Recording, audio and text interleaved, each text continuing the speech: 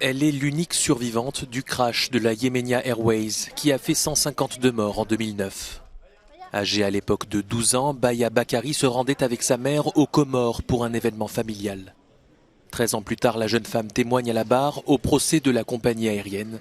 Elle raconte le crash en pleine mer. Je sens l'avion qui commence à descendre et je commence à sentir des turbulences, mais personne ne réagit plus que ça, donc je me dis que ça doit être normal. Puis je sens comme une décharge électrique dans tout mon corps, j'ai un trou noir entre le moment où j'étais assise dans l'avion et le moment où je me retrouve dans l'eau.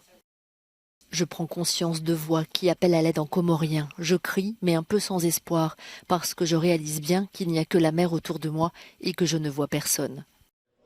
La jeune femme raconte s'être endormie agrippée à un débris d'avion. À son réveil, la côte est visible, mais la mer est agitée. Je ne voyais pas comment j'allais m'en sortir. Je voyais un avion passer au-dessus de moi, mais j'étais pas sûre qu'il m'avait repéré. J'ai trouvé le temps très très long. Finalement rapatriée en France, Baya a été hospitalisée une vingtaine de jours pour soigner de multiples fractures et un pneumothorax. Outre les blessures physiques, la perte de sa mère est pour elle le plus dur à surmonter. Depuis le début du procès, le banc des prévenus est vide.